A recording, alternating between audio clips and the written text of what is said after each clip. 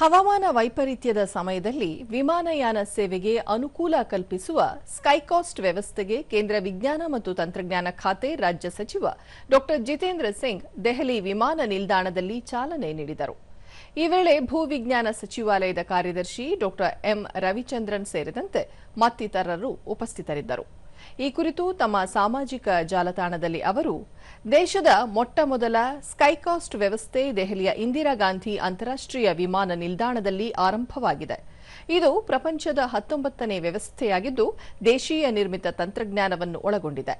ಮಂಜು ಮುಸುಕಿದ ಸಮಯದಲ್ಲಿ ಗಾಳಿಯ ವೇಗ ಸೇರಿದಂತೆ ಹವಾಮಾನ ವೈಪರೀತ್ಯಕ್ಕೆ ಸಂಬಂಧಪಟ್ಟ ಅಂಶಗಳ ಕುರಿತು ನಿಖರ ಮಾಹಿತಿ ನೀಡಲಿದೆ ಎಂದು ತಿಳಿಸಿದ್ದಾರೆ. ದೂರ ಸಂವೇದಿ ಉಪಕರಣಗಳ ಮೂಲಕ ವಾತಾವರಣದಲ್ಲಿ ಉಂಟಾಗುವ ಏರಿಳಿತಗಳನ್ನು ಸೂಕ್ತ ಮೇಲ್ವಿಚಾರಣೆ ನಡೆಸಲು ಸಾಧ್ಯವಾಗಲಿದೆ. ದೇಶದ ವಿಮಾನಯಾನ ಸೇವೆಗೆ ಹೆಚ್ಚಿನ ಅನುಕೂಲವಾಗಲಿದೆ ಎಂದು ಹೇಳಿದ್ದಾರೆ.